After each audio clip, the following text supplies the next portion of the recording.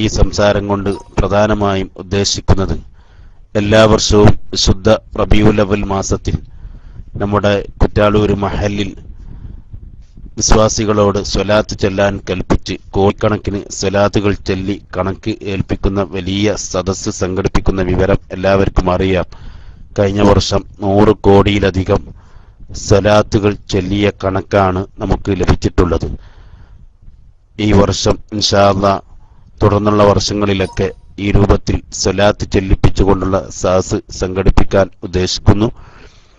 ഇതിന് ഏറ്റവും കൂടുതൽ നമുക്ക് ആവേശമുണ്ടാക്കുന്ന കാര്യം, പ്രചോദനമുണ്ടാക്കുന്ന കാര്യം, നമ്മുടെ ഈ സ്വലാത്ത് ചെല്ലലിനെ തുടർന്ന്, സ്വലാത്ത് ചൊല്ലിപ്പിക്കലിനെ തുടർന്ന് നമ്മുടെ മഹല്ലിലുള്ളവരും പരിസര മഹല്ലിലുള്ളവരും അതോടൊപ്പം നമ്മുടെ പരിചയത്തിൽപ്പെട്ട പലരും അഷ്റഫുൽ ഖൽക്ക് സ്വല്ലല്ലാഹു അലൈഹി വസല്ലമ തങ്ങളെ സ്വപ്നത്തിൽ കണ്ട വിവരം നേരിട്ട് വന്ന് അല്ലെങ്കിൽ ഫോണിലൂടെ ഞങ്ങളോട് വിളിച്ചറിയിക്കുമ്പോൾ ആ ഒരൊറ്റ കാര്യം ചിന്തിച്ച് നമ്മുടെ ചെറിയ ശ്രമഫലമായി പലർക്കും ഇത്തരത്തിലുള്ള വലിയ നിഅമത്ത്, ഭാഗ്യം, സൗഭാഗ്യം ലഭിക്കുന്നുണ്ടല്ലോ എന്ന് ചിന്തിച്ചുകൊണ്ടാണ് ഓരോ വർഷവും ഈ രൂപത്തിൽ സ്വലാത്ത് ചൊല്ലിക്കൊണ്ടും ചൊല്ലിപ്പിച്ചുകൊണ്ടുമുള്ള സദസ്സ് സംഘടിപ്പിക്കുന്നത്. പ്രധാനമായും ഈ വർഷം 2 സ്വലാത്തുകളാണ് വിശ്വാസികൾക്കിടയിൽ കൂടുതൽ ചൊല്ലാൻ നിർദ്ദേശിക്കുന്നത്. ഒന്ന് സ്വലാത്തുൽ ഹുദൂർ, എല്ലാവർക്കും അറിയാം, ഏറ്റവും ചുരുങ്ങിയത് ഓരോ ദിവസം 10 തവണയെങ്കിലും ചൊല്ലാൻ പണ്ഡിതന്മാരുടെ മഹാന്മാരുടെ ആരിഫീങ്ങളുടെ നിർദ്ദേശമുള്ള സ്വലാത്തുൽ ഹുദൂർ.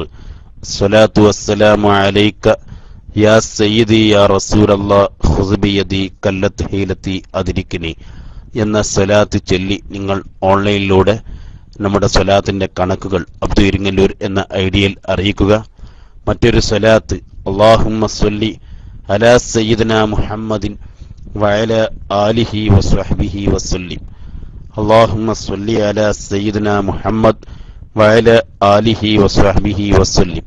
ഈ സ്വലാത്ത് ധാരാളമായി ചൊല്ലി നിങ്ങൾ ഓൺലൈനിലൂടെ നമ്മുടെ കണക്കുകൾ അറിയിച്ച് ഇൻഷാ അല്ലാഹ് കൂട്ടമായ ദുആ വിശുദ്ധ റബീഉൽ അവ്വൽ മാസത്തിൽ അതിന്റെ അവസാനത്തെ ആഴ്ചയിൽ നാം സംഘടിപ്പിക്കുന്ന സദസ്സിൽ വെച്ച് നടക്കും.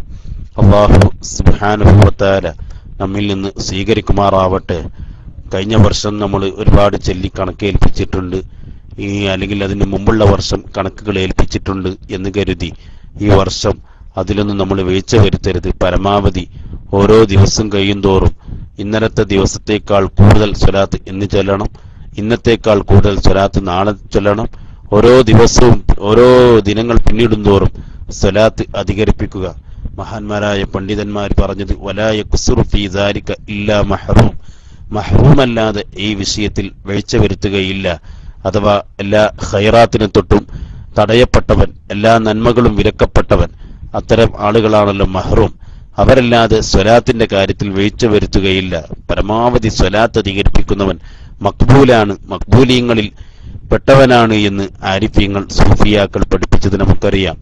അഹമ്മദാബാദിൽ സിയാറത്തിന് ചെല്ലുന്ന സമയം നമുക്ക് കാണാൻ കഴിയുന്നൊരു കാഴ്ചയാണ് ഒരു കട്ടില് കെട്ടിത്തൂക്കിയ ഒരു അനുഭവം.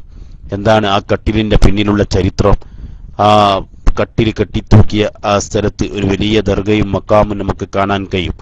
ആ മക്കാമിൽ അവിടെ എഴുതി വെച്ചത് നമുക്ക് കാണാൻ കഴിയുന്ന ഒരു വസ്തുതയാണ്.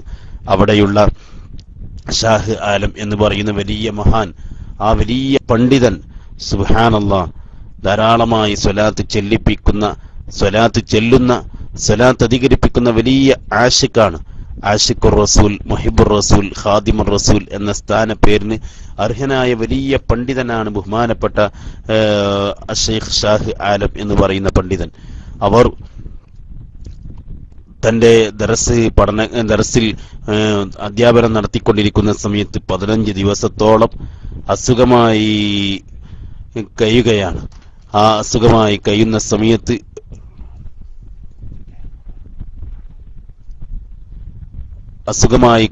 സമയത്ത് ബഹുമാനപ്പെട്ട ഷാഹ് ആലം തങ്ങൾ വീട്ടിലേക്ക് ലീവിന് വേണ്ടി പോവുകയാണ്.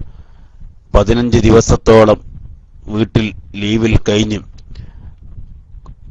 തന്റെ കുട്ടികളുടെ അടുക്കൽ, തന്റെ ശിഷ്യന്മാരുടെ അടുക്കൽ വന്ന്, മക്കളെ എവിടെ നിന്ന് ഇനി നമുക്ക് ഓതാനുണ്ട്, എവിടെ നിന്നാണ് ക്ലാസ് എടുക്കാനുള്ളത് എന്ന് ചോദിച്ച സമയം കുട്ടികൾ ഒരുപാട് പേജുകൾ അപ്പുറത്ത് വെച്ച് കാണിച്ചു കൊടുക്കുകയാണ്, ഉസ്താദെ ഇവിടെ നിന്നാണ് ക്ലാസ് ഇനി എടുക്കാനുള്ളത്.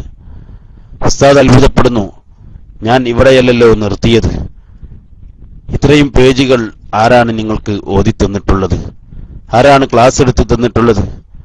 കുട്ടികൾ പറയുന്നു, ഉസ്താദ് തന്നെ ക്ലാസിന്റെ സമയത്ത് ഇവിടെ വരാറുണ്ടല്ലോ, ഉസ്താദ് സാധാരണ ക്ലാസ് എടുക്കാറുള്ള അതേ രൂപത്തിൽ ക്ലാസ് എടുക്കാറുണ്ടല്ലോ, അഥവാ അന്യ സ്ത്രീകളെ കാണണ്ട എന്ന് കരുതി, അമൃതീയങ്ങളായ കുട്ടികളെ കാണണ്ട എന്ന് കരുതി മുഖം മറച്ചുകൊണ്ട് മുണ്ട് മുഖത്തിട്ടുകൊണ്ട് ക്ലാസ് എടുക്കുന്ന ഒരു സ്വഭാവം അവർക്കുണ്ട്.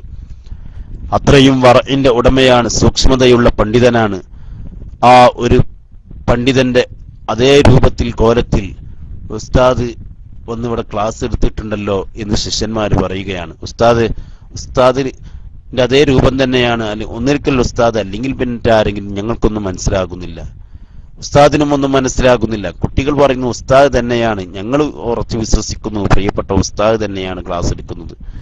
സുബ്ഹാനല്ലാഹ്, അന്നത്തെ രാത്രി ആ വലിയ പണ്ഡിതൻ, ഷാഹ് ആലം എന്ന് പറയുന്ന പണ്ഡിതൻ നീണ്ട സമയം കരഞ്ഞു ദുആ ചെയ്ത് അള്ളാഹുവിനോട് യാചിച്ചുകൊണ്ട് പറയുന്നു, അള്ളാഹുവേ ഒന്നും മനസ്സിലാകുന്നില്ല.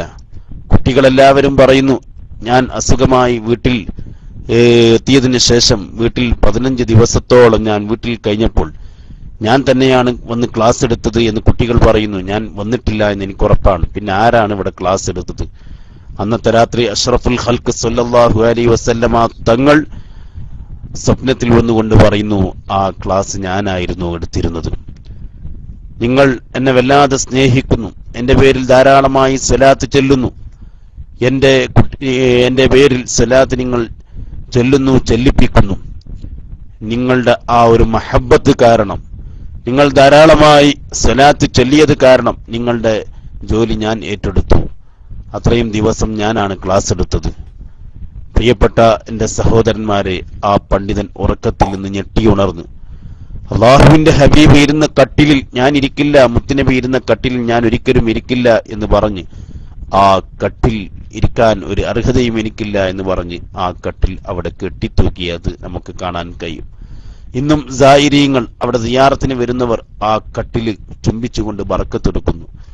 ആസാറുകൾ കാണുന്നതും ആസാറുകളെ കൊണ്ട് ബറക്കത്തെടുക്കുന്നതും അത് യഥാർത്ഥ ഈമാനിന്റെ അടയാളമാണ്. മുഅ്മിനീങ്ങൾ, കാമിലായ ഈ ഈമാനുള്ളവരെ മാത്രമേ ആസാറുകളുടെ പിന്നാലെ പോവുകയുള്ളൂ.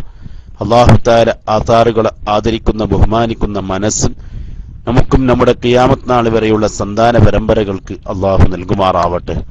എല്ലാ ആസാറുകളെയും നിസ്സാരമായി കാണുന്ന മനസ്സിനെ തൊട്ട് നമ്മയും മറ്റു നമ്മുടെ സന്താന പരമ്പരകളെയും ശിഷ്യൻ പരമ്പരകളെയും എല്ലാവരെയും അള്ളാഹു കാത്തുരക്ഷിക്കുമാറാവട്ടെ. പ്രിയപ്പെട്ട എൻ്റെ സഹോദരന്മാർ, സഹോദരിമാർ, മനസ്സിലാക്കേണ്ട കാര്യം, ഈ ഒരു സംഭവത്തിൽ നിന്ന് പഠിക്കേണ്ട കാര്യം, നാം സ്വലാത്തിനെ വളരെ കൂടുതൽ സ്നേഹിച്ചാൽ, സ്വലാത്ത് ചൊല്ലുന്നതും ചൊല്ലിപ്പിക്കുന്നതും വലിയൊരു അമലായി കണ്ട് നാം അതിനുവേണ്ടി എല്ലാവിധ ഖിദ്മകളും ചെയ്യുന്നുവെങ്കിൽ, നമ്മുടെ വിലപ്പെട്ട സമയം അതിനുവേണ്ടി നീക്കിവെക്കുന്നുവെങ്കിൽ, ഓൺലൈനിലൂടെ നമ്മുടെ ഈ സന്ദേശം ലോകത്തിന്റെ എല്ലാ ഭാഗങ്ങളിലുമുള്ള വിശ്വാസികളിലേക്ക് അറിയിച്ചുകൊണ്ട് നാം ഖിദ്മ ചെയ്യുന്നുവെങ്കിൽ, തീർച്ചയായും ആ ഒരു ഖിദ്മ കാരണമായി നമുക്ക് വലിയ നജാത്ത്, സലാമത്ത് ലഭിക്കും. നമ്മുടെ എല്ലാ സങ്കടങ്ങളും, നമ്മുടെ എല്ലാ വിഷമങ്ങളും അവിടുന്ന് ഏറ്റെടുക്കുമെന്ന ഒരു ബോധം നമുക്ക് വേണം. നമുക്കറിയാം, നമ്മുടെ മർക്കസിലും മഅദിനിലും മറ്റു സ്ഥാപനങ്ങളിലൊക്കെ വന്ന, നമുക്കൊക്കെ ധാരാളം ഇജാദത്തുകൾ തന്ന, നമുക്ക് നീണ്ട സമയം ദുആ ചെയ്തുകൊണ്ട് നമ്മെ അനുഗ്രഹിച്ച ആശിഖുർ റസൂൽ എന്ന സ്ഥാനപ്പേരിന് തീർത്തും അർഹനായ ഷെയ്ഖ് ഹസൻ ഷദ്ദാദ് തങ്ങൾ, അല്ലാഹു തആല അവിടുത്തെ ദറജ അള്ളാഹു വർദ്ധിപ്പിക്കുമാറാവട്ടെ. അവരെയും നമ്മയും അള്ളാഹു അമ്പിയാക്കൾ, ഔലിയാക്കൾ, ആരിഫീങ്ങൾ, സ്വാലിഹീങ്ങളോടൊന്നിച്ച് സ്വർഗത്തിൽ ഒരുമിച്ച് കൂട്ടുമാറാവട്ടെ. അവിടുന്ന് തന്റെ ഉത്ബോധനങ്ങളിൽ, നസീഹത്തുകളിൽ പറയാറുള്ളൊരു കാര്യം, സിദ്, അധികരിപ്പിച്ചോ, പെരുപ്പിച്ചോ മോനെ, സ്വലാത്ത് വളരെ കൂടുതൽ അധികരിപ്പിച്ചോ. നിന്റെ കച്ചവടത്തിലും നിന്റെ ബിസിനസ്സിലും നിന്റെ തൊഴിലിലും നിന്റെ ഏർപ്പാടുകളിലും നിന്റെ എല്ലാ വിഷയങ്ങളിലും പുരോഗതി നീ ഉദ്ദേശിക്കുന്നുവെങ്കിൽ, ഖൈർ ഉദ്ദേശിക്കുന്നുവെങ്കിൽ, കൂടുതൽ കൂടുതൽ വിജയങ്ങൾ നീ ആഗ്രഹിക്കുന്നുവെങ്കിൽ, സ്വലാത്ത് നീ പെരുപ്പിച്ചോ, സ്വലാത്ത് അധികരിപ്പിച്ചോ.